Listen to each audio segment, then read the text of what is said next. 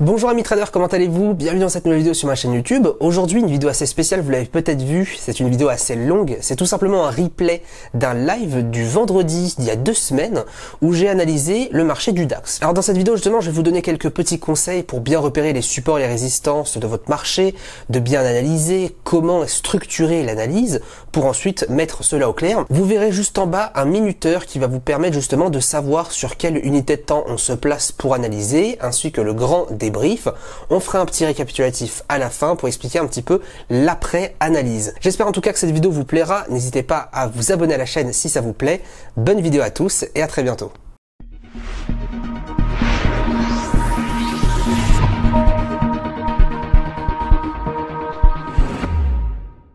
Je préfère rappeler avant de commencer ce live, en tout cas avant de commencer l'analyse technique, que tout ce que je vais faire dans ce live, tout ce que je vais dire, ça ne regarde que moi, d'accord? Je pense qu'on sera tous d'accord.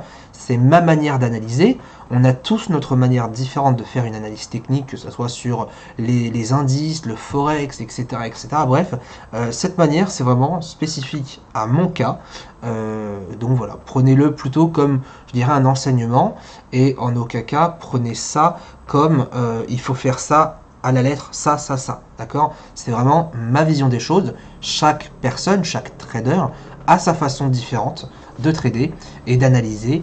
Donc voilà, aujourd'hui c'est vraiment pour vous montrer comment moi personnellement j'aborde les marchés. Je vais essayer de faire les analyses les plus poussées. Il y a des choses que je ne pourrais pas forcément expliquer parce que c'est des connaissances à côté que l'on a sur la formation, etc. Bref, mais voilà, je vais essayer de vous expliquer un petit peu plus simplement possible comment je vois le marché, quelles sont les figures, etc. C'est pas un live où on va faire de l'analyse extrêmement poussée en termes de fondamental, on va aller chercher ce qui se passe exactement en Allemagne, etc. Là, on parle vraiment d'analyse technique, d'analyse graphique. Donc ce qui va vraiment concerner le prix. On va partir du plus gros unité de temps jusqu'au plus petit, on va dire, qui est potable pour l'analyse. Et on va ensuite faire un bilan. Je vais vous montrer exactement comment... alors attendez, il faut juste que par contre je prenne un bloc-notes. Je vais juste vous montrer en fait comment personnellement je fais une analyse très simple en balayage. Donc ça nécessite un petit bloc-notes ou peu importe, dès l'instant que vous avez de quoi écrire, c'est vraiment bête, mais vous allez comprendre comment au fur et à mesure je peux savoir, ou plutôt, on va dire, m'orienter. Hein, parce qu'il faut toujours avoir un sens prioritaire, si c'est l'achat, si c'est la vente, ou tout simplement il n'y en a pas, hein, c'est possible. Quand ça range, il n'y en a tout simplement pas. Et le bloc-notes, en fait, va me permettre de rassembler le maximum d'informations sur mes unités de temps. D'accord? Donc, on va faire l'analyse, on va rassembler le tout, et ensuite on fera un bilan pour savoir ce qu'on pourrait faire au court terme, ce qu'on pourrait faire en moyen terme, et ce qu'on pourrait faire en long terme. Donc pour cela, je vous propose du coup de commencer sur un graphique en hebdo, c'est le plus important. On va mettre hebdo, hop, on va mettre journalier, H4, H1 et M15. Et à partir de là, en fait, je vais tout simplement vérifier donc la tendance graphique, hein, qu'est-ce qui se passe, est-ce que c'est une tendance haussière, est-ce que c'est une tendance neutre, est-ce que c'est une tendance baissière. Je vais regarder tout simplement Ichimoku, donc je vais voir un petit peu qu'est-ce qui se passe par rapport à l'indicateur technique Ichimoku, qu'est-ce qui me donne comme sens. Je vais ensuite regarder les bandes de Bollinger, c'est quand même assez important, mais j'ai besoin quand même de savoir si on est plus dans une phase 1, phase 2, phase 3. Alors vous inquiétez pas, je vais vous expliquer ça quand on va l'étudier. Et tout simplement, pour finir, j'aurai besoin de tout ce qui va être du technique. Donc de tout ce qui va être figure technique, de ce qui va être des niveaux clés, etc., etc. Donc en gros, voilà comment personnellement j'opère dans un premier temps. Je vais vraiment voir ces différents éléments-là. Et à partir de là, je vais pouvoir faire une conclusion par la suite. Donc vous voyez que ça prend de l'espace, hein. C'est normal, mais l'idée c'est vraiment de, au fur et à mesure, remplir ces cases, et à la fin, on aura haussier, baissier, neutre, et je vais savoir en fait au total qu'est-ce qui me permet de déterminer si je vais plus avoir un marché haussier ou baissier. tout simplement. Je pense que pour ceux qui suivent ma page Facebook, donc Ibrahim Chauvin Trading slash ICT Finance, je sais plus exactement, j'avais changé il n'y a pas très longtemps. Pour le coup, je vous publie ça en général le lundi matin, où en live justement avec mes étudiants, on fait tout ce système-là, tout ce schéma-là, et on va passer peut-être... je dirais, peut-être une bonne heure, on va dire, allez, 45 minutes. On va passer 45 minutes à étudier cela pour justement avoir une bonne vision de marché. Donc on va commencer tout simplement par le graphique en hebdo. Donc en hebdo, on est parti pour l'hebdo. Alors qu'est-ce que je peux observer sur le graphique en hebdo? Vous le voyez juste en haut à droite. En hebdo, alors bon, ça sert à rien que je commence ce qui s'est passé ici, la sortie de canal baissier, etc. Vu que bon, ça s'est passé il y a assez longtemps. Ce que je peux remarquer, forcément, il y a beaucoup de connaissances personnelles et puis on va dire, une façon différente d'aborder les marchés. Une analyse technique, si vous voulez, ça se fait pas en 5 minutes. Une analyse de fond, donc en général, on fait ça le week-end. Une analyse de fond, il faut prendre son temps, d'accord? Il faut arriver à extraire le plus d'informations possible. Alors, première chose que je remarque, c'est qu'on a un très bon niveau juste ici. Alors, on va se mettre un code couleur. Alors, en général, je mets ça en violet, pour le coup. Donc, ce que je peux remarquer, justement, c'est qu'on a un très bon niveau ici, déjà. Vous voyez qu'on a quasiment fait un double top. Donc, un double top, c'est 2 points de contact sur un plus haut. Et effectivement, on est sur un plus haut historique. Donc, jusqu'ici, c'est super intéressant. Donc, on a effectivement un double top avec une ligne de contact juste là. D'accord? Une belle petite zone juste ici. Et ça, effectivement, c'est intéressant. C'est pas mal du tout. Donc, ça, déjà, j'aime beaucoup. J'aime beaucoup. Alors, je préfère vous dire, ne vous attendez pas à un live où je vais dire, voilà, il se passe... Là, on parle, là j'essaie vraiment de vous montrer comment. Là, j'essaie pas de surjouer. Là, je fais vraiment comme si j'étais seul devant mon écran. Je teste. L'analyse technique, c'est beaucoup de tests. C'est beaucoup de est-ce qu'il se passe ça, est-ce qu'on teste ci, est-ce qu'on teste ça, etc. Et ensuite, on fait un bilan et ensuite, on rédige un beau texte pour avoir le maximum d'informations. Donc, effectivement, sur l'hebdo, il n'y a pas grand-chose à dire. Il n'y a pas grand-chose à dire parce que on a quand même l'impression, et ça, c'est limite, mais malheureusement, ça a été, je dis bien quasiment, parce qu'on est en hebdo, le 7 mai. Le 7 mai, on est le 11, donc c'est la fin de la semaine. C'est dommage. C'est dommage parce que, si vous voulez, vous aviez un début d'épaule tête-épaule. Pour ceux qui s'y connaissent un peu, vous aviez ici une épaule, la tête et le début de l'épaule. Alors, c'est pas totalement terminé, mais le point d'appui de l'épaule gauche, il est ici. Le point d'appui de la tête, il est là. Donc tout nous portait à croire que, à la suite de cette clôture pile poil sur cette grande résistance, eh bien le marché allait baisser et du coup valider cette épaule tête-épaule. Donc malheureusement, pour l'instant en tout cas, il n'y a pas présence d'épaule tête-épaule. La bougie hebdo va du coup clôturer d'ici à mon avis quelques heures. Donc vous êtes vraiment pas très très loin de clôturer cette bougie. Il se peut bien sûr que le marché retombe après. Mais en tout cas, ce qu'on peut noter, donc là on va déjà aussi ajouter, ce que je vous propose c'est de dupliquer aussi le graphique, qu'on lui mette aussi un petit sens technique. Donc on va mettre une moyenne mobile 100 et une moyenne mobile 20. C'est 2 moyennes mobiles que j'utilise énormément sur les marchés. Donc je vais la mettre en vert. Je vais déchaîner, je vais enlever la chaîne ici pour la mettre en rouge quand celle-ci est baissière. D'accord, donc vous voyez bien que voilà, la moyenne mobile change de couleur. Je vais aussi ajouter Ishimoku. Je vais... ok, donc c'est pas mal. C'est pas mal du tout. Et je vais ajouter les bandes de Bollinger. Donc ce graphique-là me sert en fait tout simplement à avoir mon graphique vierge et mon graphique technique. Donc si on peut commencer en fait à remplir ce document, on va commencer par le graphique vierge, puis on va partir sur le technique. Donc sur le graphique en fait vierge, donc je vais le mettre ici de manière à ce que vous puissiez le voir, juste là. Parfait. Donc le graphique vierge, on va parler en termes techniques. Donc en termes techniques, on a tout simplement un plus haut à exactement, donc on a une petite zone, on va dire, 401 477, c'est ce qu'on peut voir. Plus haut même, on pourrait dire même plus haut historique. Hein. C'est toujours important de détailler un petit peu ce que l'on voit. Plus haut historique, formation épaule, tête. Alors, attendez, hop. Formation épaule, tête, épaule, en cours, résistance cassée. D'accord? Donc effectivement, résistance épaule cassée. Donc l'épaule effectivement a été cassée. D'un point de vue technique, bon, c'est pas non plus la pire chose, mais vous voyez bien quand même qu'on a cette épaule, cette tête et cette épaule. Est-ce que effectivement ça va être validé la semaine prochaine ou pas? Ça on ne sait pas, on n'est pas Madame Irma, on ne sait pas du tout. Hein. Quand bien même le marché pourrait chuter là de 100 pips en...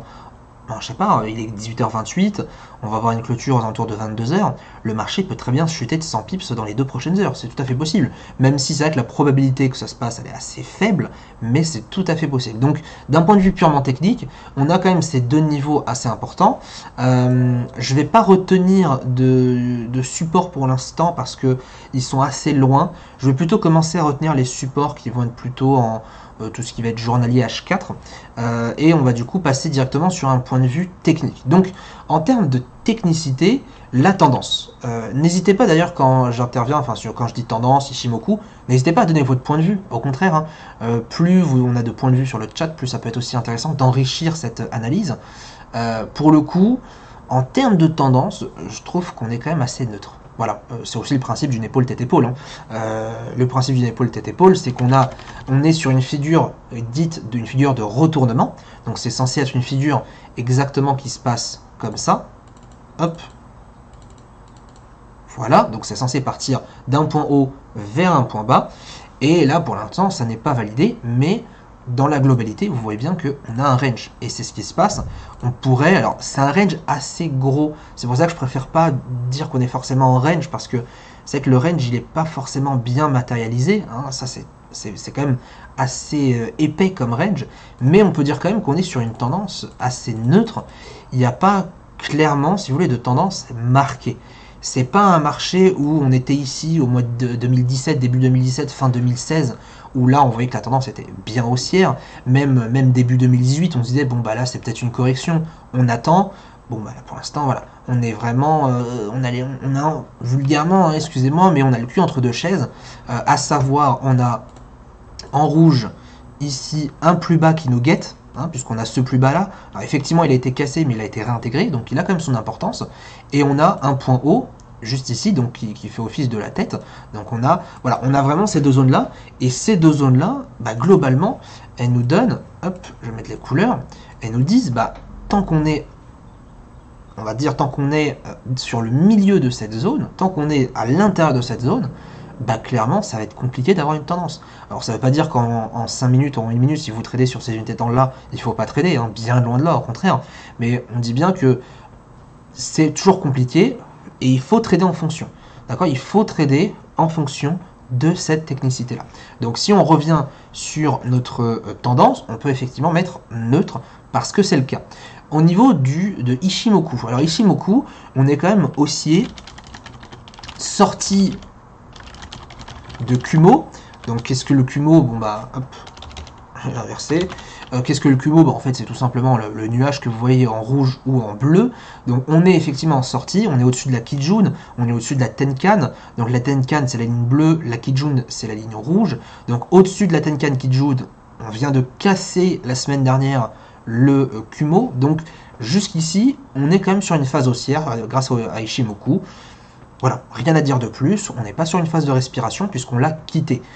Les bandes de Bollinger, maintenant, et celle-là c'est un petit peu plus difficile, les bandes de Bollinger, si je vais pouvoir vous les mettre en évidence, vous les voyez juste là. Donc imaginons, on met ces bandes de Bollinger ici. Les bandes de Bollinger, elles sont... vous voyez, c'est pas évident, hein. C'est pas évident à déterminer si les bandes de Bollinger sont intéressantes. La ligne de coup devrait être dans le sens de la tendance pour un ETE. Effectivement. Tout à fait, oui. Donc, c'est dur à dire sur les bandes de Bollinger. moi ce que je peux voir, c'est qu'on n'est pas non plus sur des bandes de Bollinger serrées. Ça veut dire que si on est... En fait, il y a deux choses, hein. Soit on est serré, soit on n'est pas serré sur les bandes de Bollinger. Si on est serré, c'est qu'il y a très peu de flux, très peu de volume. Donc on est dans une grosse phase d'hésitation. Si on est sur des bandes de Bollinger qui sont plus écartées, eh bien on est tout simplement sur des mouvements de flux, sur des gros mouvements.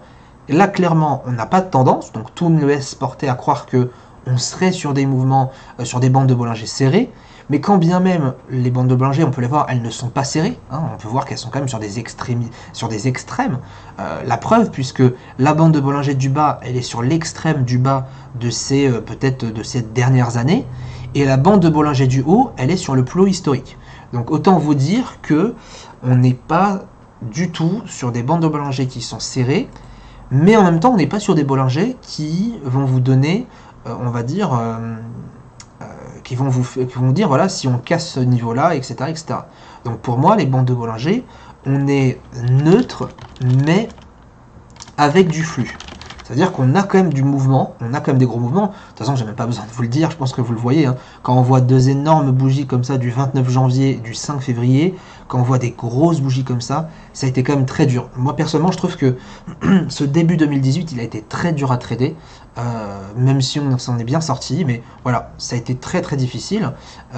Là, pour le coup, on a une reprise haussière. En tout cas, tout nous laisse porter à croire qu'on a une reprise haussière.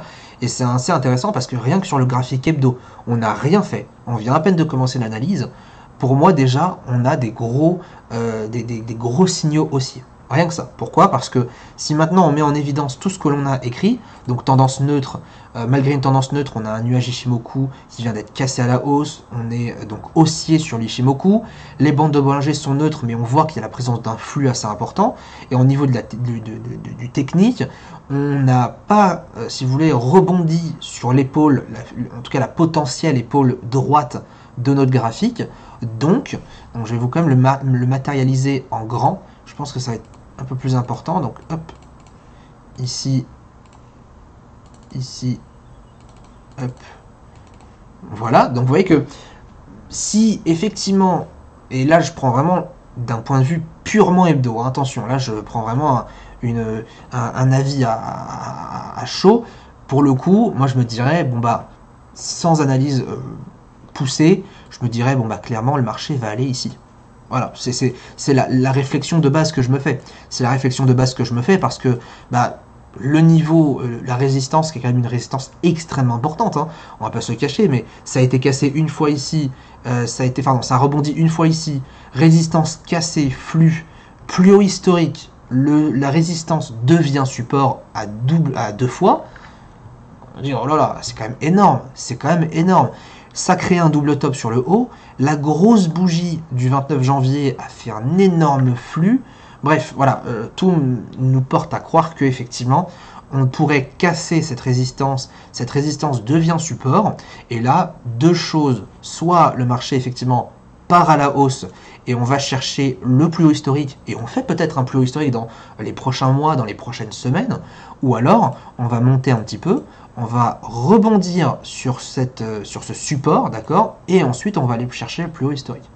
Là, c'est vraiment un avis simplifié d'un seul unité de temps que l'on a analysé. Maintenant, bien sûr, ce n'est pas suffisant. C'est pas parce qu'on se dit ça que tout de suite on va se dire, ah bah tiens, hop, allez, c'est parti, j'achète. Non, bien sûr.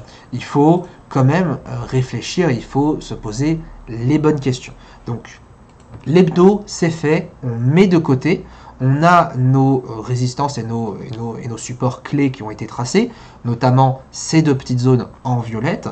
D'ailleurs, même exceptionnellement, je vais changer la couleur, je vais les mettre en rouge pour qu'on puisse en fait tout simplement les repérer par la suite sur les plus petites unités de temps. Une petite astuce d'ailleurs qui va être assez intéressante, c'est tout simplement, donc quand vous êtes dans Pro Real Time, vous voyez cette fenêtre là, vous pouvez aller dans Options plateforme, et je vais tout simplement désactiver, afficher les lignes, etc. sur les unités de temps inférieures et supérieures, ce qui fait que là maintenant, si je vais en journalier, mon graphique, il est vierge. Donc je prends mon graphique technique, en journalier, mon graphique n'a absolument aucune ligne. Sinon, option de plateforme, je coche tout, et vous voyez que j'ai absolument tous mes tracés de tout à l'heure. Pourquoi je fais ça? C'est parce que je n'ai pas envie de me laisser influencer par mes tracés des UT supérieurs. Je veux qu'à chaque fois, en gros, que, si vous voulez, je fais mon analyse sur un unité de temps différent, je veux qu'à chaque fois, je ne sois pas influencé et que je reparte de zéro. Comme ça, si effectivement, imaginons, hebdo, journalier et H4, on a exactement les mêmes sens. On se dit, voilà, journalier, hebdo, pardon, on l'a vu ici, il y a des grandes probabilités pour que le marché continue à monter tel ou tel niveau. Journalier, c'est pareil. H4, c'est pareil. On lit les trois en même temps, on se dit, ah bah tiens, effectivement, la probabilité est plus qu'importante. Donc on fait ensuite une conclusion. Voilà pourquoi, personnellement, je préfère enlever tous les tracés sur tous les unités de temps et faire ensuite, à la fin, un grand bilan. Bon, passons maintenant sur du journalier. On a du coup maintenant notre tendance hebdo. Ok, nickel. Allez, maintenant, en journalier. Maintenant qu'on a notre journalier, en tout cas maintenant qu'on a notre hebdo de fait, eh bien on va se reposer les mêmes questions. On va exactement se reposer les mêmes questions. On va se dire, bon bah, quels sont mes niveaux clés? D'un point de vue technique, qu'est-ce que j'ai? Est-ce que j'ai des figures techniques en cours? Est-ce que j'ai des droites de tendance, etc. On va absolument tout tracer. Il faut vraiment partir du principe que notre graphique, c'est un brouillon total. Et au fur et à mesure en fait, de ce qu'on va écrire sur le bloc-notes, on va effectivement pouvoir libérer des informations supplémentaires. Première chose, donc je vais commencer par ce qui s'est passé dans le passé, puis ensuite dans le présent. Alors très rapidement dans le passé, hein, tout ce qui est à gauche ici, ça ne m'intéresse pas, hein, c'est bien trop loin. Par contre, ici, c'est intéressant. Pourquoi? Parce que j'ai effectivement un range qui est super propre en soi. Alors attention, je mets le range ici, mais c'est pas exactement au bon moment. Et je vais vous expliquer une petite technique d'ailleurs que l'on a essayé d'affiner dans la formation par la suite, mais je vais vous la donner aujourd'hui parce que croyez-moi que cette technique-là, si vous l'appliquez bien, elle peut être extrêmement intéressante. Une technique pour arriver à déterminer des supports et des résistances. Alors, j'en parlerai pas dans aucune des vidéos YouTube, en tout cas ça m'étonnerait. Donc voilà, c'est vraiment juste pour ce live d'aujourd'hui. J'en parlerai, je pense, et ce n'est pas du tout prévu dans aucune des vidéos, pour arriver à connaître un niveau extrêmement important. Alors, il n'y a pas de secret. Beaucoup de traders connaissent cette méthode. Il n'y a vraiment pas de secret, mais je pense qu'on est trop à sous-estimer en fait l'effet. Et c'est notamment via les Fibonacci. Donc on va voir ça juste après la partie technique parce que j'aurai notamment un niveau très important à noter sur ce range-là et même sur l'ensemble du marché. Vous allez comprendre à quoi ça correspond. Donc on a effectivement un très beau range en journalier, juste ici. C'est tout à fait logique. Et alors, juste ici par exemple, alors bon, ça je pense pas que ce soit très utile de noter. Hein. Je pense que vous l'avez tous vu. Voilà, je pense pas que ce soit super important à noter. Ça n'a aucune importance vu que ça s'est déjà fait, on a déjà cassé à la hausse, etc. D'ailleurs, je tiens à vous montrer un petit peu à quel point parfois les figures techniques peuvent être très propres, puisque la figure technique est cassée vers le haut, on rebondit ici et on repart. Et là on se dit, attends, ça rebondit sur quoi? En général, une figure technique, ça rebondit sur son dernier point de contact vers le haut. Son dernier point de contact, il est juste ici. Vous le voyez, hop, juste ici, et comme par hasard, ça rebondit pas au pips près, mais ça rebondit bien en termes de clôture journalière. Donc vous voyez bien qu'il n'y a pas de hasard, c'est propre jusqu'ici, et c'est personnellement une des raisons pour lesquelles j'aime beaucoup trader le DAX, et c'est pour ça que je trade quasiment que ça, et je pense que beaucoup en tout cas de personnes dans ce live, pour ceux qui tradent assez activement, vous êtes pareil, je pense que le DAX est un très bon actif, et si vous ne connaissez pas du tout, donc le DAX c'est l'indice allemand, si vous ne connaissez pas, allez vraiment y faire un tour. Donc je supprime ça. Moi, ce qui va ce qui va m'intéresser en fait sur ce graphique journalier, je l'ai vu dès le début et je pense que vous aussi, hein, c'est tout bête, hein, c'est juste ça. Juste ici, c'est juste ça. Voilà, c'est aussi bête que ça, mais voilà, c'est juste cette droite de tendance. C'est aussi bête que ça, mais cette droite de tendance là, elle tient. Et le fait que cette droite de tendance tient, bien effectivement, hop, on peut en découdre un canal. Et grâce à ça, alors il n'est pas forcément bien tracé en journalier, mais on va le retrouver ensuite en H4, logiquement. Et ça, clairement, ça va être super intéressant. Donc là, vraiment, on a une belle figure technique. Moi, il y a un niveau qui m'intéresse, justement. Et ça, vraiment, encore une fois, regardez ça de votre côté. je vous le conseille, on va prendre le plus haut et le plus bas du range. Donc le plus haut, il va être ici, d'accord? Donc le plus haut du range, pour moi, il va être là, et le plus bas, il va être ici. Voilà, après c'est mon avis. Ce que je fais, je prends mon Fibonacci. Donc effectivement, mon Fibonacci, il est composé, il est comme ça. Hein, c'est un Fibonacci assez spécial, mais ce que moi je vais regarder beaucoup, c'est les 50% de Fibonacci. Donc je vais prendre mon Fibonacci, je vais le mettre sur le plus haut, et je vais le mettre sur le plus bas. Et je sais que beaucoup de traders aiment bien la moitié de ce Fibonacci, et les 50%. Et vraiment, je vous donne cette astuce qui est extrêmement importante. Vraiment, vraiment, j'insiste dessus. Les ranges, quand vous êtes sur la moitié d'un range, c'est le pire moment sur lequel vous pouvez trader. Mais littéralement, le pire moment. Parce que comme par hasard, j'ai juste ajouté un Fibonacci, et regardez ce qui se passe. 1 point de contact, 2 points de contact, retournement, 3 points de contact, retournement, 4 points de contact, retournement, 5 points de contact, oui c'est ça, 6 points de contact, 7 points de contact. Au hasard comme ça, hein, mais c'est juste parce qu'on a utilisé les 50% de Fibonacci. Et croyez-moi, les 50%, vous les mettez sur n'importe quoi, qui a du sens bien sûr, mais n'importe quelle figure technique, vous avez quelque chose de très très très bon en termes de sens. Exemple, je prends ce plus haut ici, qui est un plus haut historique, hein, d'accord, on est d'accord, plus haut historique. Je prends ce plus bas juste là, et qu'est-ce qui se passe? Eh bien, je m'aperçois que le marché, ici, rebond, alors ça n'a pas été très propre, mais on a hésité, on a hésité, on a hésité, et bam, quand on a cassé ce 50%, là on a eu du flux, et on est parti à la hausse. Donc, tous les 50% sont super importants. Et ça, je trouve encore une fois que c'est malheureusement trop, c'est trop sous-estimé. C'est beaucoup, beaucoup, beaucoup trop sous-estimé. Donc, on continue. Effectivement, grâce à ces 50% Fibo, j'estime quand même qu'on a un niveau qui est assez important. Alors, une petite spécificité aussi, je ne trace jamais, si vous voulez, une ligne uniquement. Vous me verrez très rarement tracer une ligne. Alors si jamais effectivement je trace une ligne, c'est pour ensuite la développer sur les unités de temps inférieures. Mais clairement, l'idée c'est de toujours, pas forcément tracer une ligne, mais de tracer une zone. Exemple, le 50% de Fibonacci, ça c'est quelque chose d'assez important et je pense que pour ceux qui ont déjà tradé des supports et de résistance en objectif, c'est-à-dire que par exemple, imaginons j'achète maintenant et mon objectif il est au 50% que j'ai tracé pile poil, vous avez peut-être très sûrement remarqué que le marché ne va pas chercher tout le temps le niveau au pips près. En général, et ça c'est une belle arnaque malheureusement des market makers, c'est qu'en général, le marché vient à côté un tout petit peu chercher le niveau et d'un coup, bam, on revient à l'extrême ou ça rebaisse tout d'un coup. Et croyez-moi, je me suis fait carotte un maximum de fois quand j'avais commencé les lives. À chaque fois, je me dis, voilà, j'ai ma ligne, je mets mon objectif ici et comme par hasard, je gagnais pas ma position à peut-être un pips près. Et ça, je peux vous dire, c'est triste. Et c'est comme ça que je me suis dit, mais en fait, les lignes, c'est pas les plus importantes. Ce qui est important, c'est les zones. Et effectivement, comme les 50% de Fibonacci, en plus on est en journalier, donc autant vous dire qu'en journalier c'est plus qu'important, en journalier, ce que je vais faire, bah, tout simplement, c'est que je vais tracer une zone autour des niveaux 50%. Donc, comment je fais pour tracer une zone autour des 50? Donc je vais agrandir en fait, je vais agrandir tout simplement mon graphique, et je vais chercher aux alentours des seuils qui ont été vraiment, vraiment beaucoup travaillés pour le marché. Donc là, bon, je pense que j'ai même pas besoin de chercher, ça se fait tout seul tellement le DAX est beau, mais pour moi, il y a ce niveau-là, et il y a ce niveau-là. Pourquoi?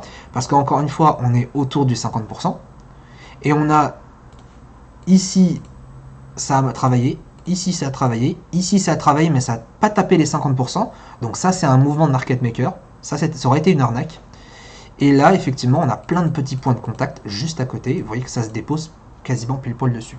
Donc pour moi, on peut effectivement tracer une zone aux alentours de ce niveau, et je suis quasiment sûr, alors je préfère pas vous garantir, mais je suis quasiment sûr que, et j'en ai même ma main à couper, que si jamais on vient chercher cette zone, ça va être Bagdad, croyez-moi. Et on aura peut-être l'occasion d'en parler, peut-être dans une semaine, peut-être dans 2 semaines, peut-être je ne sais pas dans combien de temps, mais si jamais le marché vient chercher ce niveau-là, vous allez voir que la réaction peut être assez surprenante. On peut très bien repartir directement à la baisse, comme on peut avoir tout d'un coup une bougie qui explose, et là on a un énorme flux. Et là, j'invente rien, parce que vraiment, c'est des niveaux psychologiques. c'est des très gros niveaux psychologiques. Donc cette zone-là, pour moi, elle est extrêmement importante. Et pour ceux qui ont peut-être vu ma dernière vidéo, enfin une de mes dernières vidéos sur les niveaux aimants du pivot, j'en reparlerai très rapidement juste après quand on va construire ensuite nos zones. Si vous voulez, le marché, il est toujours attiré par deux zones.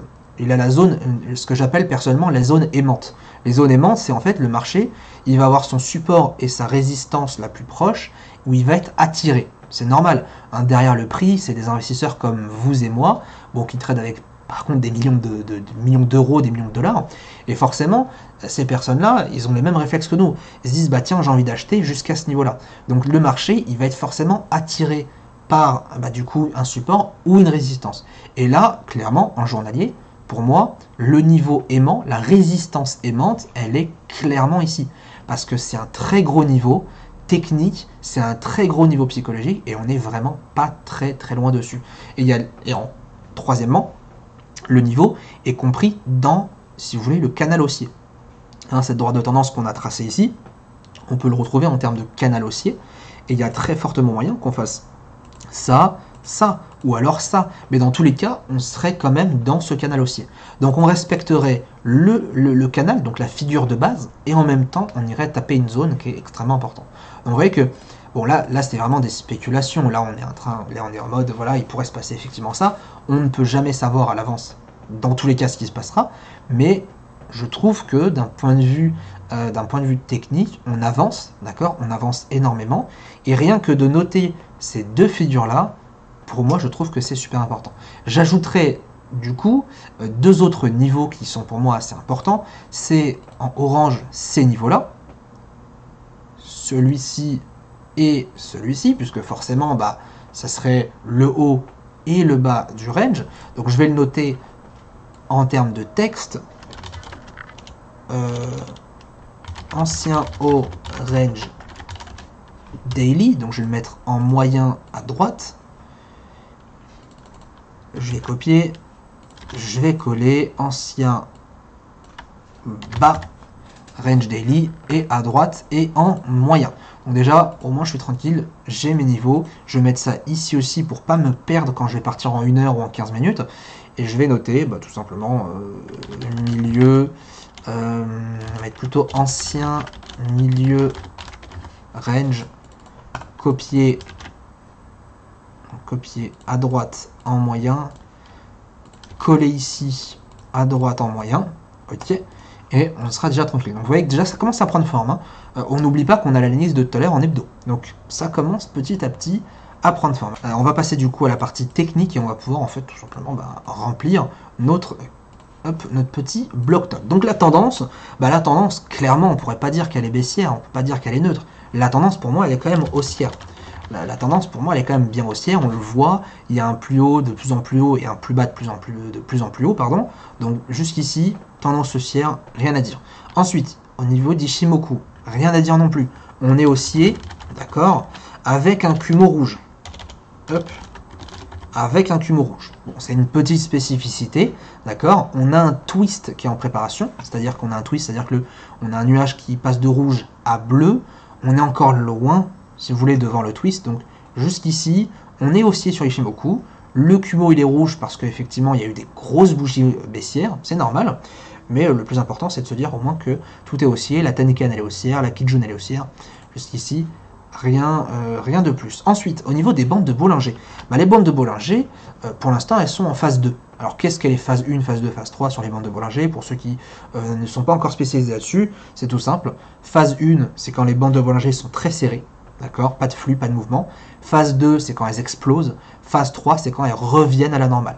Exemple, on aurait ici, par exemple, phase 1, bande de Bollinger très serrée. Phase 2, cassure de la bande de Bollinger juste ici. Et vous voyez qu'elles explosent dans les sens extrêmes. Et ensuite, phase 3, juste là, où les bandes de Bollinger reviennent à la phase 1, et en fait ça fait un cycle, phase 1, phase 2, phase 3, phase 1, phase 2, phase 3, etc. etc. Donc phase 1, encore une fois, ça pourrait s'apparenter à une phase d'accumulation, d'accord, donc ça range, ça range, ça range.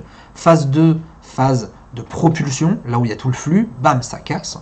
Et phase 3, retour à la normale, tous les traders prennent leurs bénéfices, et bonjour, au revoir, et puis on revient peut-être un autre jour. Donc là, effectivement, on est sur une phase 2, d'accord, donc une phase où les bandes de Bollinger pour l'instant sont quand même plutôt haussières, et elles nous donnent qu'on a un flux plutôt correct, donc jusque là, phase 2, haussière, haussier, voilà, jusque là, rien de neutre. D'un point de vue technique, forcément, et là c'est super intéressant parce qu'on le voit, hein, on voit qu'on est cerné sur deux niveaux. D'un point de vue technique, on a en résistance, alors, dans un canal, alors, attendez, on va plutôt mettre droite de tendance. Comment on pourrait mettre ça? Comment je mets ça d'habitude? Parce que je ne vais pas mettre canal, parce que le canal on le voit vraiment en H4. Je suis quasiment sûr qu'en H4 on va beaucoup plus le voir. Pour le coup, on est sur une support.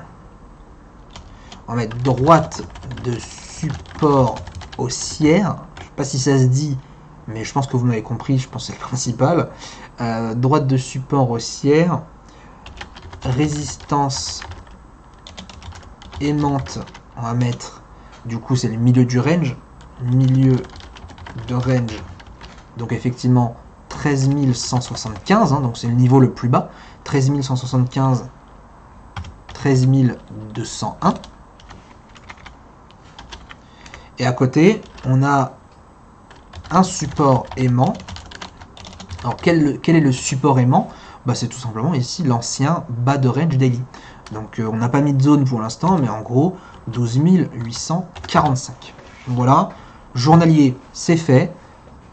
Maintenant on a deux analyses différentes, donc je vais partir journalier, alors je vais revenir juste ici, journalier, hebdo.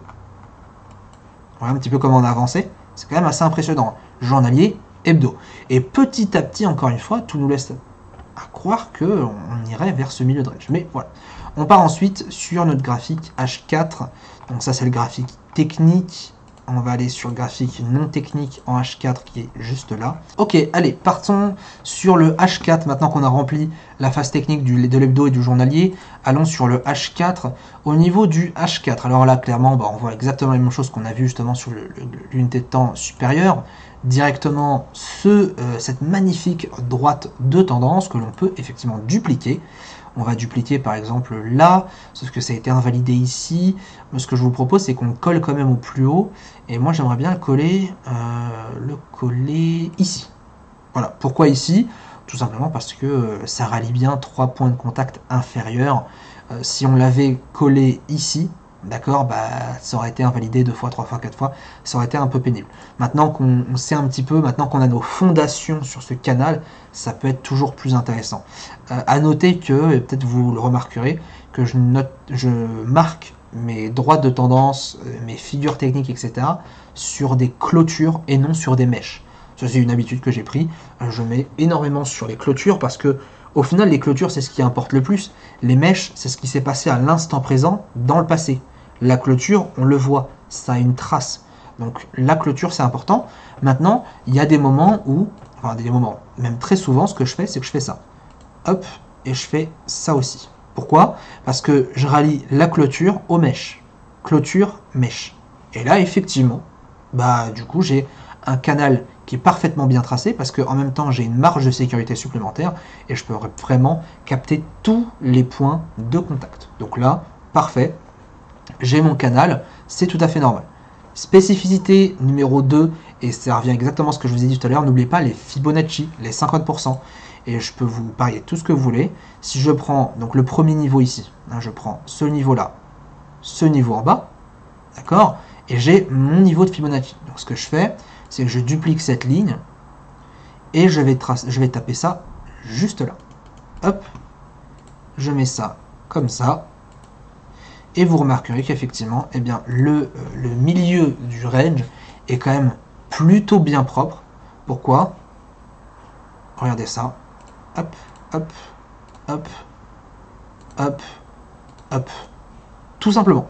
Je peux rien dire d'autre en fait. C'est le marché parle de lui-même. Le niveau Fibonacci, le milieu de la figure technique est plus que propre, et ce milieu-là, il est plus qu'intéressant. Donc, il n'y aura pas grand-chose, je pense, à dire sur ce H4, parce que c'est exactement ce qu'on a vu sur les autres unités de temps.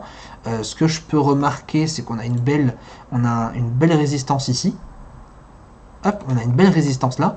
Pourquoi? Bah, vous remarquez un point de contact, 2 points de contact, 3 points de contact, 4 points de contact, 5 points de contact, cassure, flux.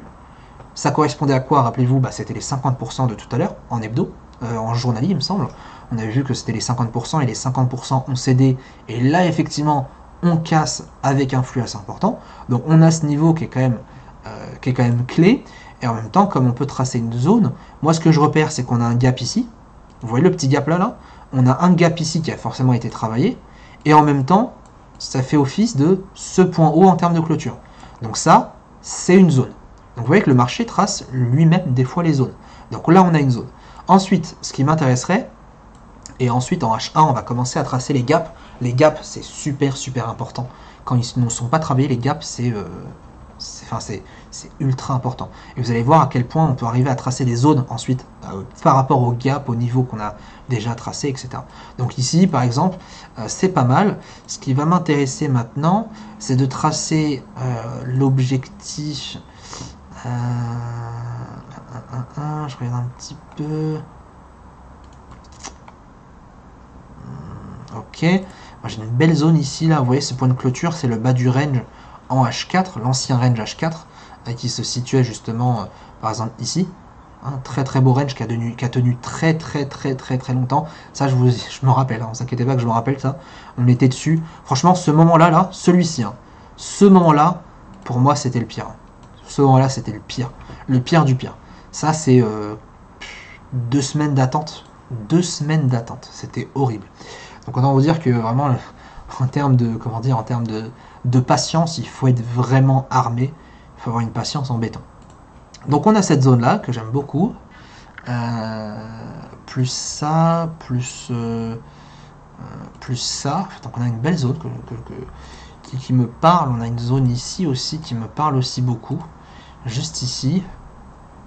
On a une zone qui me parle ici aussi. On voit un petit peu comment on trace tout seul les zones. On a une zone ici qui me parle, puisqu'on a un gap ici, on a une ouverture du gap là. Donc je trouve que ça me parle beaucoup. Notamment ce point de gap ici. On va le mettre là.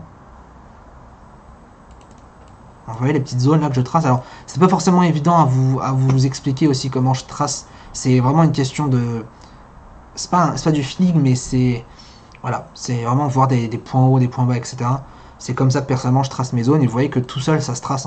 Ça se trace très beau. C'est très propre, c'est très beau. Il n'y a rien à dire. Il n'y a vraiment rien à dire. Vous voyez ici, là. Hop là. Voilà comment je trace mes zones.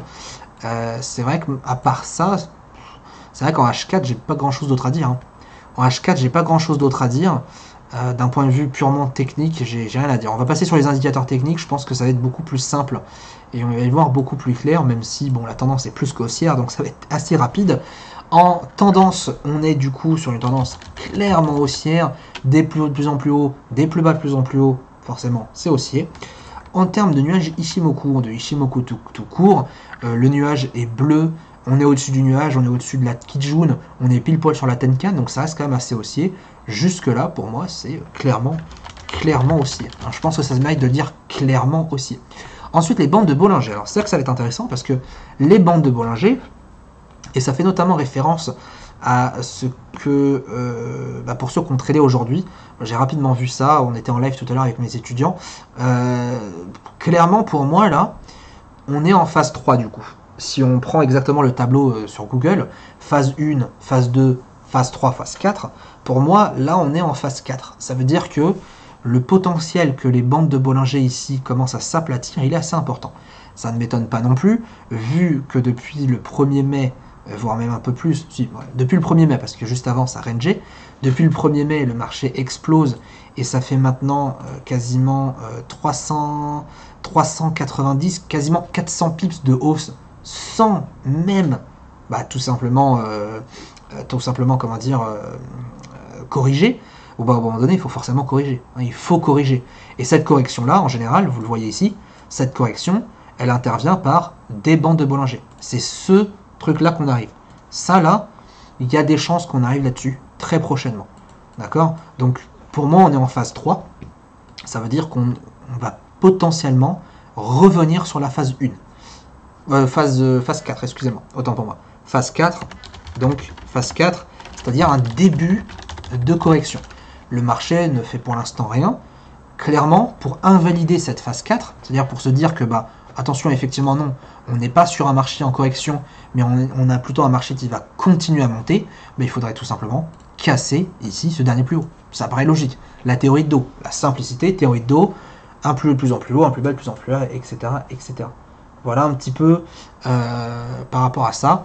On est pile poil en plus sur le milieu du canal haussier. Autant vous dire que là, clairement, c'est très très délicat. Mon avis personnel, en tout cas, c'est assez délicat. La moyenne mobile 100, elle est haussière, la moyenne mobile 20, elle est haussière. Bon, voilà, personne ne peut dire que c'est baissier. Clairement, si quelqu'un dit que c'est baissier, là, je ne comprendrais pas. Mais vraiment, d'un point de vue indicateur technique, tout est haussier. Mais encore une fois, un indicateur technique, ce n'est qu'une représentation du prix. Donc forcément, l'indicateur technique va avoir du retard. Ça, c'est aussi important. L'indicateur aura forcément toujours du retard. Et je suis quasiment prêt à mettre ma main à couper qu'on a une divergence sur le RSI. Ça se sent. Alors peut-être que je me trompe. Quoique, je peux me tromper, parce qu'il n'y a peut-être pas eu une assez bonne correction.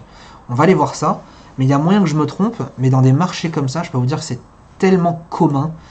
Voilà, c'est confirmé, divergence RSI. Pourquoi? Parce que, vous remarquerez, exemple, pour ceux qui ne connaissent pas les divergences, c'est un très bon exercice. Exemple, on a un point haut ici et un point haut. Donc on a un marché qui fait un point haut et un marché qui fait un point haut plus haut que le précédent plus haut. Je vous suis, vous me suivez ou comment ça se passe? Et ensuite, juste là, vous avez un point haut et ce point haut est plus bas que le précédent plus haut. Ça veut dire que sur le graphique, on a une hausse, sur le RSI, on a une micro-baisse, on va dire, une toute petite baisse. Ce qui fait que la vitesse, en fait, est divergente. La vitesse nous indique qu'on est sur un marché qui va corriger, et le marché, lui, est sur une montée. Donc, effectivement, il y a une divergence. La divergence, en tout cas, elle est très présente lorsqu'on est, si vous voulez, sur des marchés qui vont s'épuiser. Quand c'est des marchés qui ont tellement monté qu'au bout d'un moment, stop, on arrête, pause, d'accord, on corrige et ensuite on revient peut-être plus fort ou au contraire on fait un retournement de tendance. Donc attention, la divergence, alors il existe différentes techniques pour valider s'il y a une divergence ou pas, etc. Moi je prends par exemple la méthode pour ceux qui connaissent de l'analyste, voilà, qui est un service de trading aussi, qui est dirigé par Romain Balliol. Pour le coup, ils ont une sorte de petite méthode de trading, de divergence. Il avait publié gratuitement, où en fait, entre les deux points hauts, on va capter le bruit, qui va être le point le plus bas pour une divergence haussière, ou le point le plus haut pour une divergence haussière, pardon. Et du coup, logiquement, en fait, on devrait attendre une cassure de ce point-là, juste ici. Je vous montre ça. Alors je vous spoil rien, il a partagé ça gratuitement, sinon je ne me serais pas permis de partager ses connaissances si elles n'étaient pas accessibles à tous. Et effectivement, en hebdo, si on vient casser ici, et vous voyez que le plan commence à prendre forme, si on vient clôturer, si le RSI, si on le met en grand, si le RSI vient clôturer, donc ce soir, en H4, donc dans 1h45, si ça vient clôturer en dessous de ce niveau RSI, la probabilité pour qu'on ait une correction de marché, elle est importante. Et là, on met du coup, comment dire, en évidence deux techniques très simples. De 1, quelle est ma zone la plus proche? Donc quel est mon niveau aimant, quel est mon support aimant le plus proche? C'est cette zone-là que j'ai tracée personnellement. Et quelle est, en général, à quoi sert la bande de Bollinger? La bande de Bollinger, elle sert comme élastique. Donc si on n'est pas sur un point haut, on est techniquement sur un point bas. Donc en gros, pour moi en tout cas, si on valide dans 1h44 cette divergence baissière, mais effectivement pour moi on irait très probablement sur cette zone, et peut-être le temps que le marché fasse son truc, etc. Peut-être la bande de Bollinger sera au milieu, ou peu importe, je pense qu'on ira facilement chercher la bande de Bollinger. Tout simplement. Voilà un petit peu pour le... Vous voyez comment ça commence à prendre forme. On commence à avoir un scénario à la hausse et on commence à avoir un scénario à la baisse. Tout en respectant une logique qui est, on est toujours au-dessus du milieu du range, et c'est pour ça aussi que cette divergence peut être extrêmement importante, parce que on va potentiellement casser ce milieu de range, donc cette droite de tendance très court terme, qu'on va retrouver très certainement en H1, donc on la casse. En plus de ça, on irait chercher un niveau, plus on irait chercher justement le bas de la Bollinger, etc. Donc bref, voilà, vous voyez que plus on avance dans les unités de temps, et plus on peut arriver à décortiquer ce que fait clairement le marché. Et chaque unité de temps que l'on a décortiqué jusque-là, il a été plus qu'intéressant. Vraiment, c'est super intéressant. Donc d'un point de vue technique, qu'est-ce qu'on peut repérer? Et là, on va faire un petit débrief sur le H4. D'un point de vue technique, on est toujours dans ce canal haussier sur le milieu. C'est important parce que, comme je vous ai dit tout à l'heure sur le range, quand on est sur un milieu d'une figure technique assez importante, comme le H4, c'est pas rien quand même le H4, le marché a tendance à cafouiller un petit peu. La preuve, puisque les bougies sont très très petites, ça monte, ça baisse, ça monte, ça baisse, ça monte, ça baisse. Voilà, c'est le marché qui parle. Donc on est sur un canal haussier, mais on est sur le milieu. On a du coup une divergence RSI en cours, puisqu'au final on ne peut pas dire qu'elle a été cassée. Hein. La divergence, elle est présente, mais elle peut être très facilement invalidée. Hein, comment? Très simplement, comme on vient de le dire aussi, en cassant le dernier plus haut. Là, effectivement, ça serait une divergence invalidée. Donc, divergence RSI en cours. Et on aurait effectivement un support aimant à exactement. Donc, exactement. On va mettre aux alentours de 875, 12 875. Mettre bol. Pour Bollinger, d'accord? Pour se dire qu'on a la zone plus la bande de Bollinger. Voilà ce qu'on peut en retenir, en tout cas d'un point de vue technique. Il n'y a rien de compliqué. Vous voyez que c'est tout bête. Hein.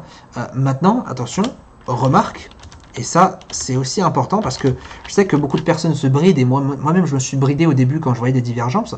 Ce n'est pas parce qu'on a une divergence actuellement que tout de suite on ne doit plus se permettre d'acheter. Une divergence, tant qu'elle n'est pas validée, du coup elle n'est pas confirmée.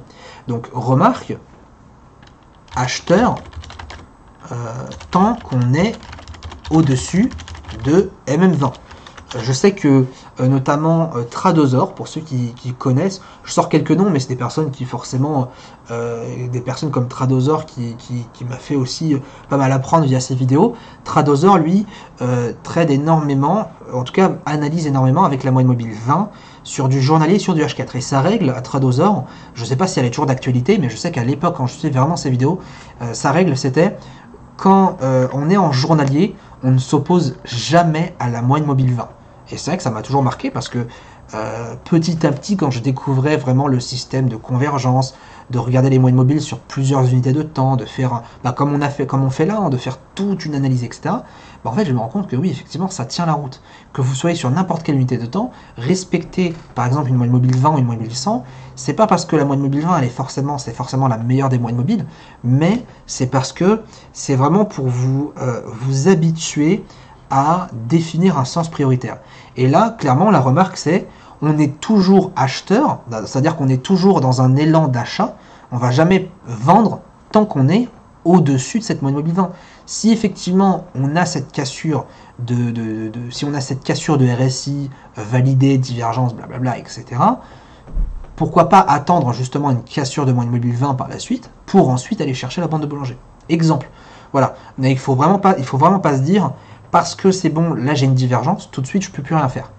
Effectivement, ça va forcément ralentir le marché, mais si mon marché revient sur mon plus haut, il y a possibilité qu'on aille beaucoup plus haut, tout simplement. On passe, hop, donc au point de vue technique, en H1, c'est parfait. Alors, la facilité du H1, c'est qu'il n'y aura pas grand-chose à dire, tout simplement parce que le H1, on a tellement décortiqué sur l'hebdo, le journalier et le H4, que le H1, en fait, c'est que les miettes. Donc le H1, qu'est-ce qu'on peut dire là-dessus? Regardez-moi ça. Range. Voilà. C'est tout, vraiment, c'est tout ce que je peux dire. Il y a ça plus, je dirais le. Est-ce que, ouais, non, je pense qu'on va laisser sur ça. Alors là, il faudrait tester un petit peu les niveaux. Je pense qu'il y a une belle droite de tendance à tracer. Ça fait un peu beaucoup. Alors on pourrait effectivement tracer ça. Non, il n'y a pas beaucoup d'historique. Hein. Il n'y a vraiment pas assez d'historique.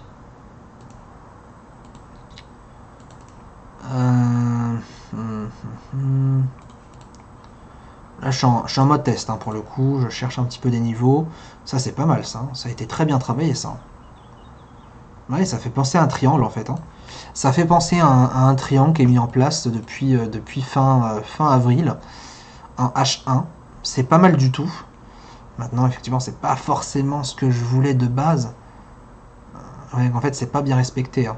Ça n'a pas été bien respecté ça. Ça n'a pas été bien respecté.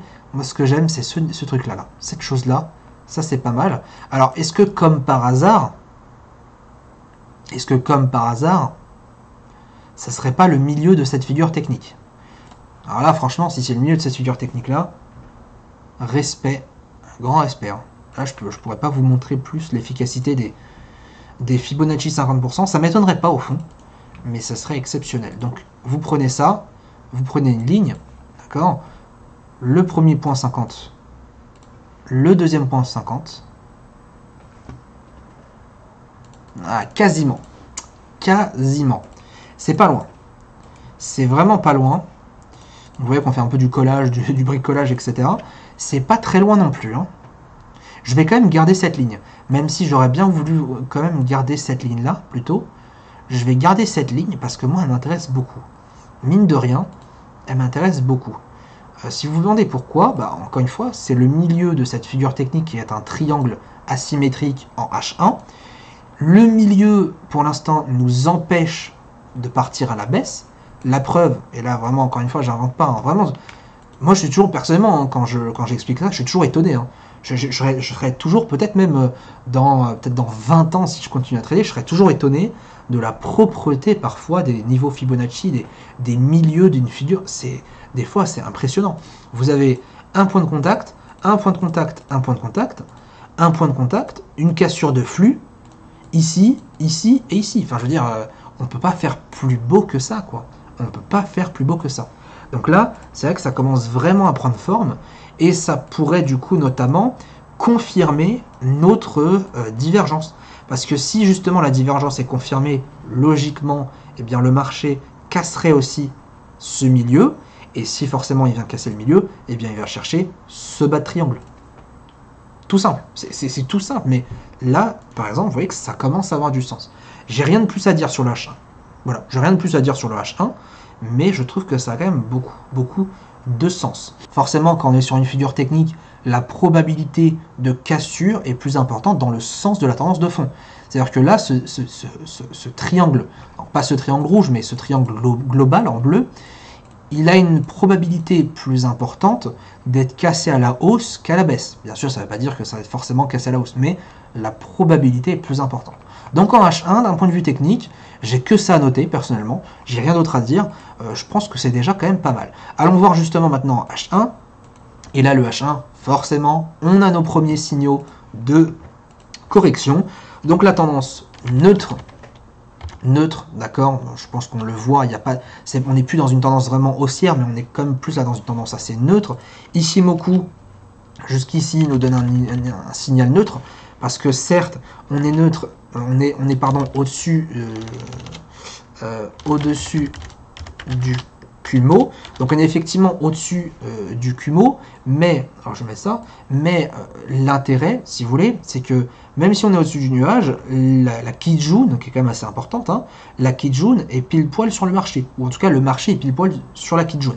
Donc on est neutre, malgré qu'on a quand même une tendance de fond qui est quand même forcément haussière, et ça je pense qu'on ne peut pas le nier. En termes de Bollinger, bon bah là pour moi, les bonnes de Bollinger, on est...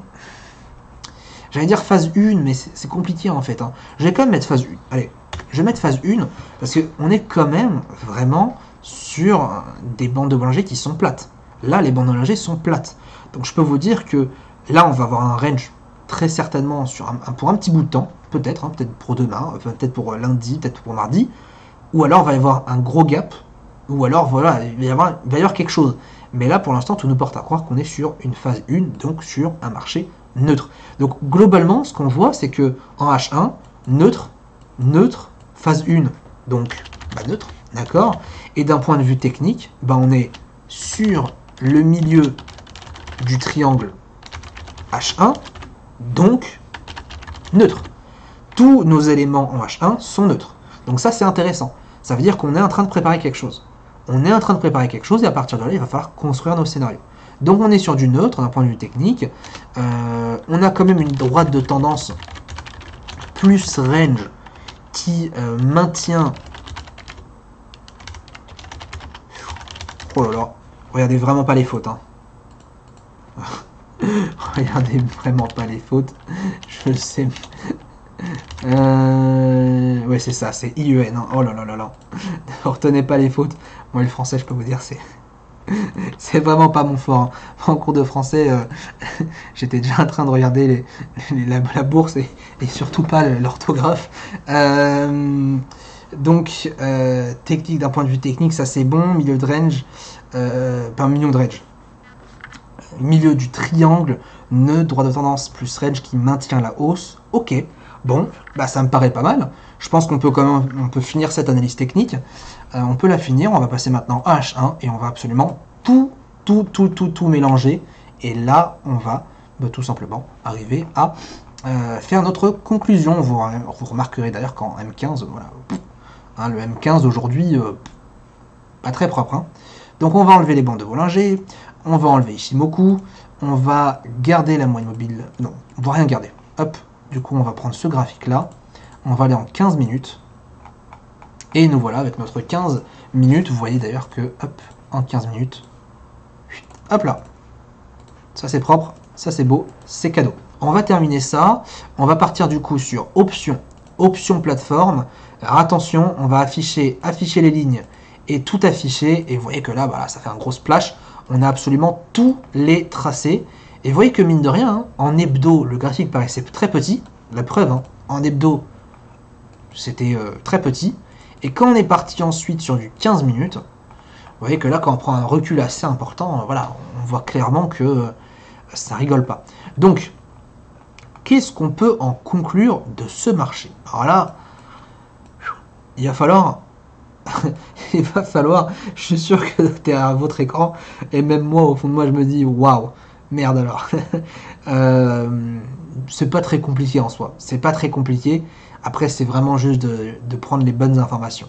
Donc, ce que je vais faire, c'est que je vais prendre des zones et ensuite on va absolument tout supprimer. C'est comme ça que je fonctionne. Je trace tout ça comme ça, d'accord? Sauf bien sûr sur les grosses unités de temps. Et dès que j'ai mes zones et mon point de vue technique, je supprime tout et hop, on recommence la semaine prochaine. Voilà, c'est ma façon de faire. Concentration, parce que là, ça va être Bagdad. En termes de niveau, il y a tellement de niveaux qu'il va falloir vraiment se concentrer. Donc, on va prendre la base. On va prendre la base. Aïe aïe aïe. Je saurais ce que je sais que je vais en chier. Mais c'est comme ça toutes les semaines, hein, quand vous regardez en fait votre écran à la fin, on dit waouh, il y a beaucoup de choses. Mais au fond, c'est pas non plus. Donc première chose que je vais faire, donc c'est tracer. Mais en fait, ce que je fais, la première chose, c'est que je trace mes niveaux aimants. Hein, on avait dit les niveaux aimants, c'est un support et une résistance. Donc les niveaux aimants, pour moi, ça va être ici. Donc là, c'est en rouge. Ça va être là. Ouais, c'est ça. Et encore là, je vous fais une analyse simplifiée, hein, parce que d'habitude je fais ça beaucoup plus poussé. Là, tout ça, c'est simplifié, hein, parce que j'ai pas encore tracé les zones. Hein. Si je traçais les zones à proprement parler, comme je fais avec mes étudiants, là, on n'est pas rendu. Mais ça a du sens. Ça a beaucoup de sens. Ce qu'on fait là, ça a beaucoup de sens. Donc c'est bien. Ensuite, la deuxième zone. Donc la deuxième zone, alors, elle va pas être évidente, on va dire, à tracer cette zone, parce que le problème, il y a un problème qui est assez important. Le problème, c'est que la zone va aussi dépendre en fait de ce que fait le marché, à savoir tout simplement le haut du triangle. Donc pour moi, la zone elle va être forcément sur le plus haut, ça paraît logique. Sur le plus haut, la zone elle va être ici, elle va être là, et elle va s'arrêter Hop, donc on va essayer de chercher un point par ici. D'accord? On va essayer de chercher un point par ici. Ça, c'est intéressant. Donc, là, maintenant, je teste, en fait. J'essaie de faire coïncider mes points. Je fais coïncider mes points. Là, je coïncide bien. Là, ouais. Ok. Bon, là, c'est intéressant. Ok, donc je peux effectivement augmenter un petit peu mon palier, diminuer pardon mon palier de zone. Donc je vais mettre ça ici sur toute la longueur de l'écran. Ok. Parfait. C'est nickel. Jusque là c'est parfait. On va avoir une zone pour moi ici neutre. Là. Puisqu'on voit qu'on avait pas mal eu de points de contact, notamment ici. Donc ça va être en noir. Ça, c'est en vert. Parfait. Ok. Bon, jusque-là, ça tient la route. Ensuite, maintenant qu'on a fait ça, on va ensuite continuer à tracer les zones. Et ensuite, quand on va pouvoir en fait supprimer et analyser nos zones, on va pouvoir ensuite créer le scénario. Donc, les zones. Je sais que du nez, c'est normal, t'inquiète pas. Ça se voit pas, même moi aussi. Alors, ensuite, on a ça. On a cette zone-là. Ancien bas range daily, c'est important. Ici. Parce que la zone est importante. 23 points, ouais. Ok. Ok. Ensuite, la zone haute. Donc la zone haute, elle va être... La zone haute, elle va être là. On a tracé une zone ici. Hein, rappelez-vous, on a tracé une très belle zone juste là. Donc on va mettre ça là, à l'intersection des deux droites. Et on a effectivement l'ancien milieu du range qui va être ici, qui est une zone plus qu'importante. Donc juste là, voilà. Donc hop, couleur, ok. Une zone basse, c'est assez important. La zone basse, elle va être... Donc la zone basse, ça va être le bas, donc ça va être aux alentours d'ici.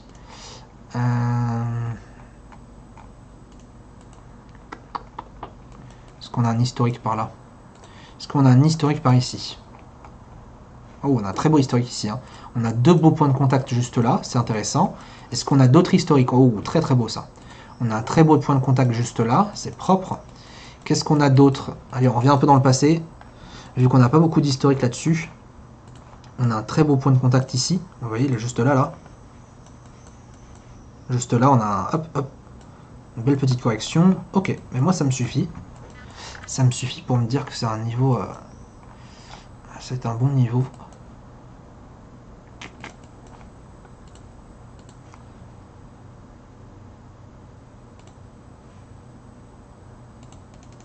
Bon, il manquera encore des zones. Hein. C'est pour ça que je vous dis l'analyse n'est pas complète de complète.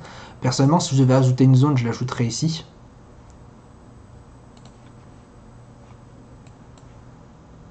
Après, ça c'est mince. Après, c'est des choses, malheureusement, je peux pas vraiment vous expliquer parce que...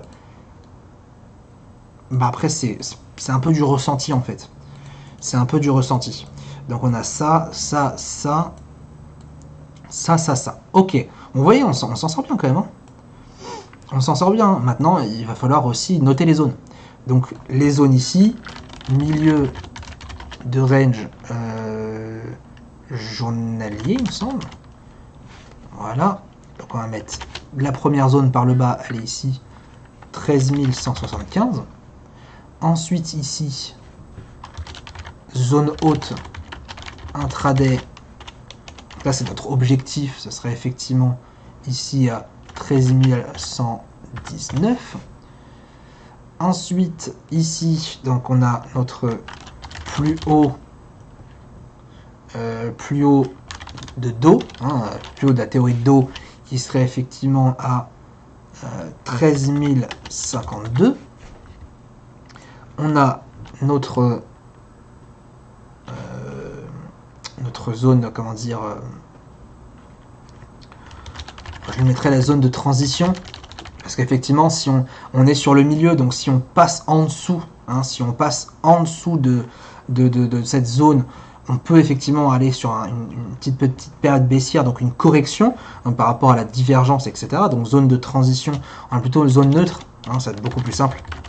Zone neutre, donc zone neutre elle est ici, donc le marché il est là, donc zone neutre 12 965. On a une zone basse intraday du coup qui se situe juste là, donc ça serait effectivement notre premier objectif ici.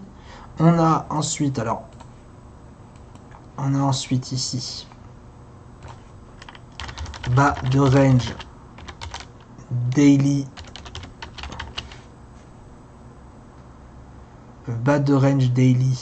donc il se situe 12 849. Voilà, qu'est-ce qu'on peut mettre? Parce que des fois après il faut chercher des mots. Je peux pas me casser la tête, hein, franchement. Zone baissière, hein, tout simplement. Zone baissière 12 803. Et enfin, une zone baissière juste ici. Zone baissière. On va voir quand on va amener ça au propre, 12 751. Voilà, quand on va amener ça au propre, ça va vraiment bien changer. Du coup, ce qu'on va faire, on va appeler dans option plateforme, on va du coup enlever tous les tracés sur les unités de temps supérieures. Donc au final, vous voyez qu'il ne reste plus grand chose. On supprime ça puisqu'on s'en fout. Et on a maintenant notre analyse. Alors bien sûr, il faudrait effectivement tout aligner pour que ça soit propre.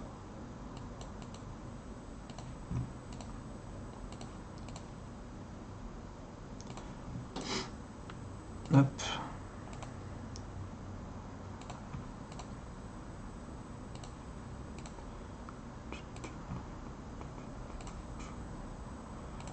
Voilà.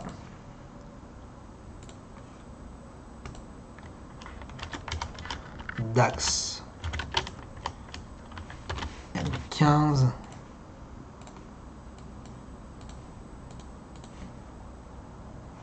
C'est ici. Est-ce qu'on peut mettre plus grand? Non, malheureusement. Ok, et eh bien c'est pas mal du tout. Donc on a juste ensuite à reprendre les tracés qu'on avait fait juste là. Qu'est-ce qu'on avait fait? On avait fait ça. Attendez, on va reprendre les tracés les plus importants au final. Hein. Quand même, donc je vais quand même afficher ça ici. Donc le tracé le plus important, c'est celui-ci. Voilà, c'est celui-ci. Celui-ci et celui-ci, c'est notre graphique le plus important. Parfait.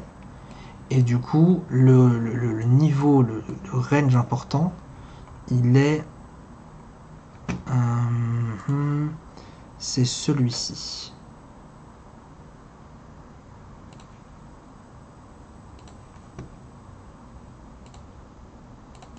Voilà. Option, on enlève. Merci, excusez-moi.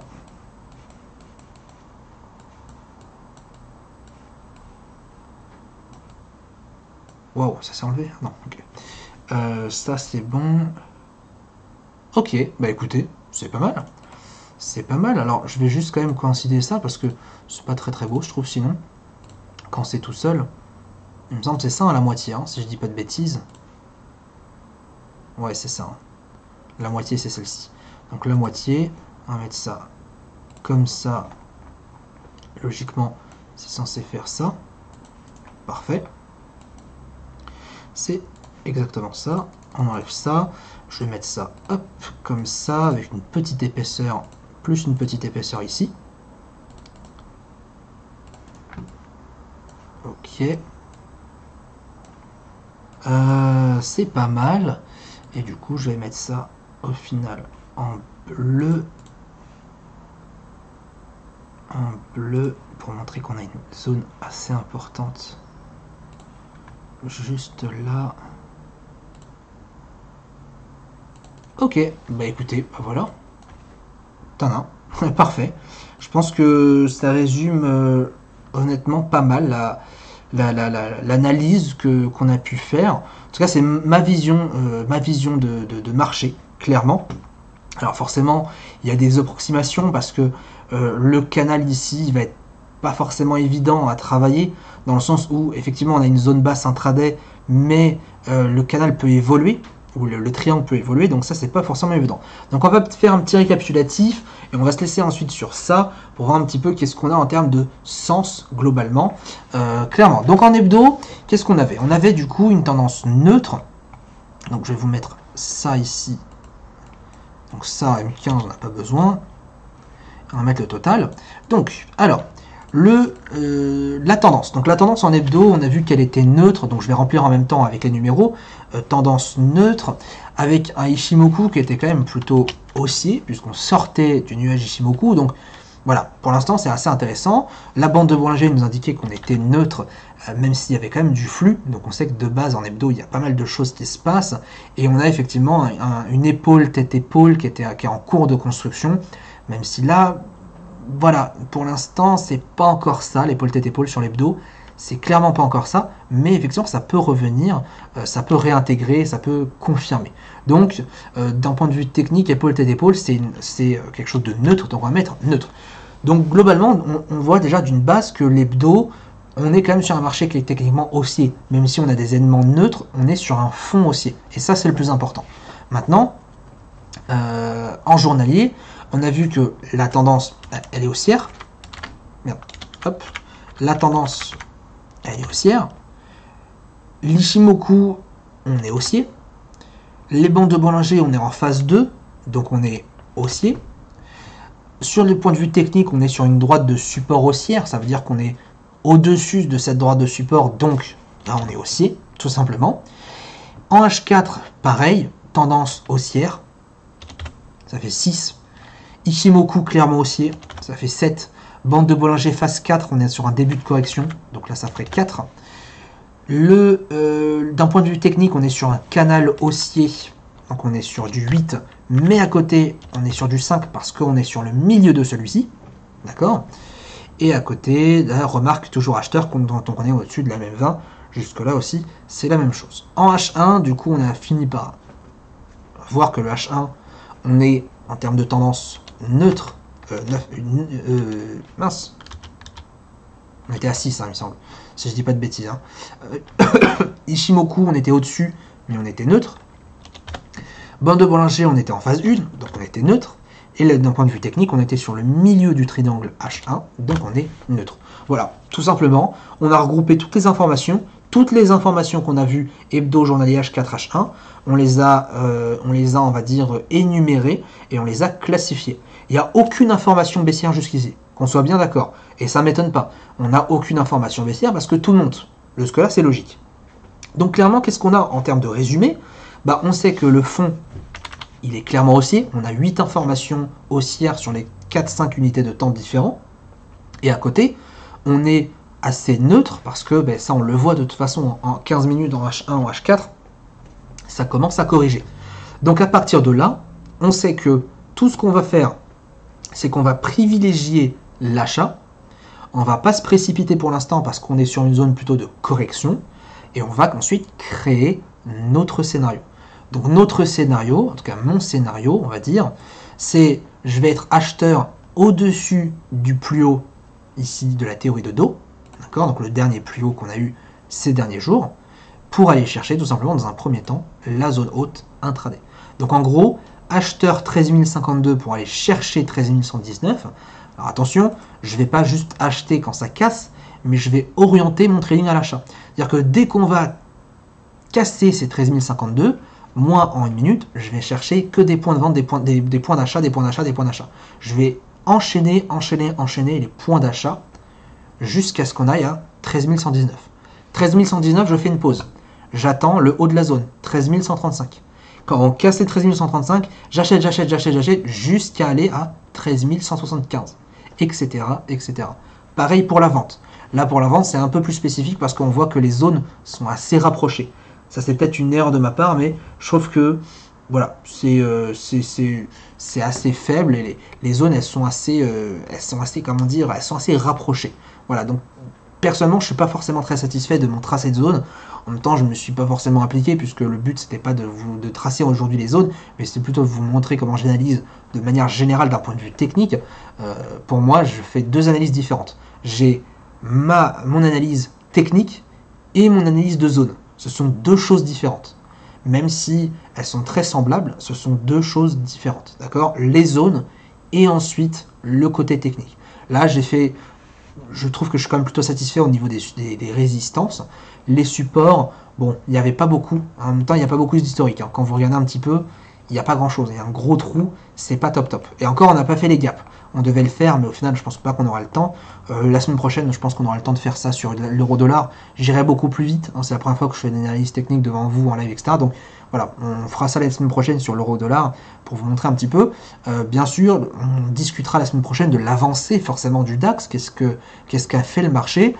D'un point de vue baissier, honnêtement, personnellement, je vois que si on casse cette zone neutre, déjà, on va se diriger vers le bas, clairement, hein, même à la cassure de celle-ci, hein, même à la cassure de cette ligne, pour moi, c'est direction le bas.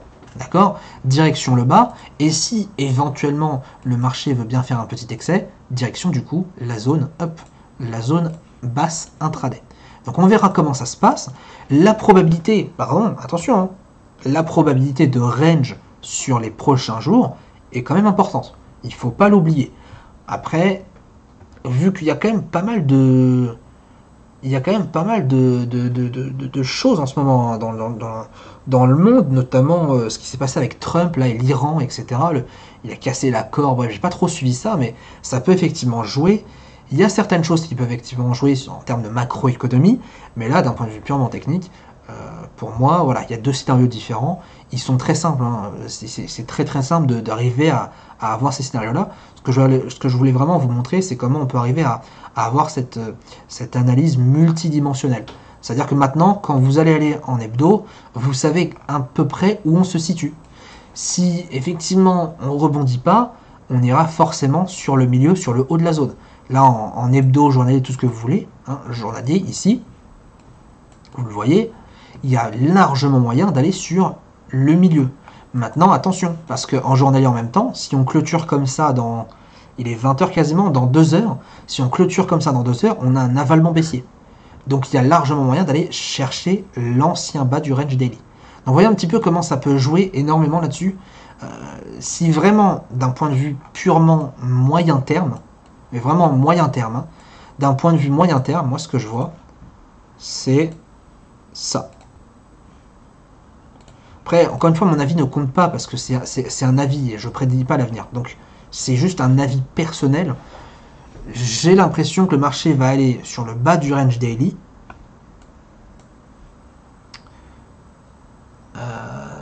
Et peut-être ensuite aller ici. C'est du long terme. Attention, là, je parle vraiment sur du long terme. Je ne parle pas sur du court terme, du moyen. Là, on parle sur du long terme. Je pense qu'il y aurait moyen d'aller chercher le bas du range daily pour aller monter. Bon, maintenant, le marché peut très bien aller monter directement sur le range daily, etc. Il faudrait voir si l'avalement est confirmé, parce que l'avalement, en général, il faut une bougie rouge quand c'est un avalement baissier en plus.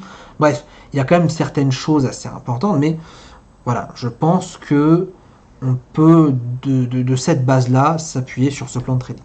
Voilà un petit peu pour ce live d'aujourd'hui.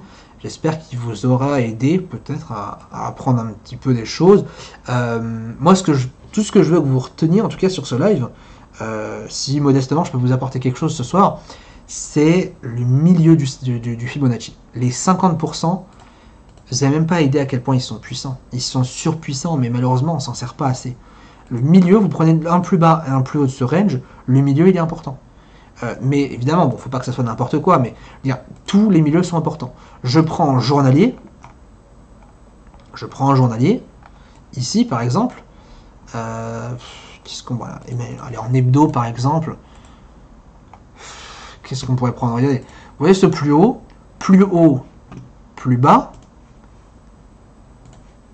range autour, cassure, flux, rebond. Imaginons. Encore une fois, après, c'est des exemples. Hein. C'est vraiment des exemples. C'est des exemples. Bon, là, je pense pas que ça a été atteint parce que bon, le marché ne corrige pas assez. Mais vous voyez, hop, ici, c'est pareil. Le marché bloque. On pourrait aller ensuite en H1, par exemple. En H1,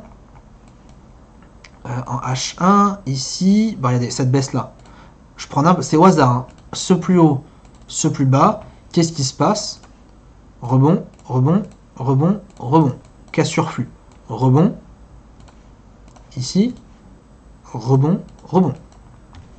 C'est-à-dire, à un moment donné, voilà, à un moment donné, on peut pas faire plus, quoi. À un moment donné, on peut pas faire plus. Alors évidemment, ça se trade pas, enfin c'est pas forcément que ça se trade, mais il faut développer toute une méthodologie, etc. Mais il y a moyen de faire des belles choses. Il y a vraiment moyen.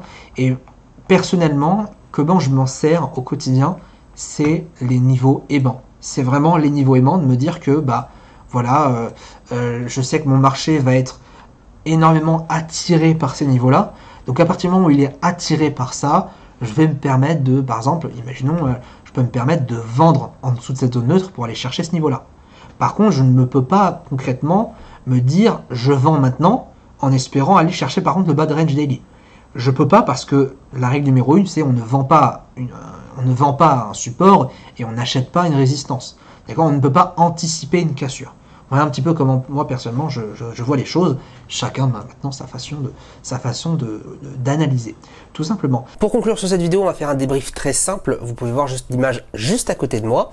Vous voyez que les zones sont quand même très bien respectées. Dans l'ensemble, honnêtement, c'est parfaitement bien respecté. Ça nous a pris certes quand même beaucoup de temps, hein, environ 1h30, 1h45 pour faire l'analyse complète, mais ça en valait le coup puisque au final, le plan, le scénario a été validé.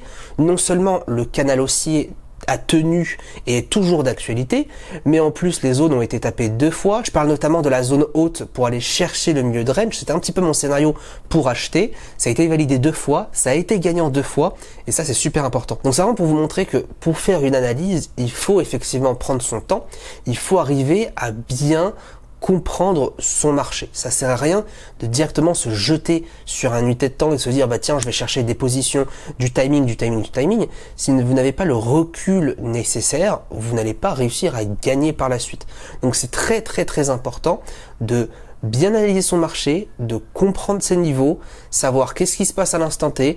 Est-ce que effectivement là on a plus une situation de range, est-ce qu'on a plus une situation de hausse, de baisse, etc. Et ensuite de créer votre scénario.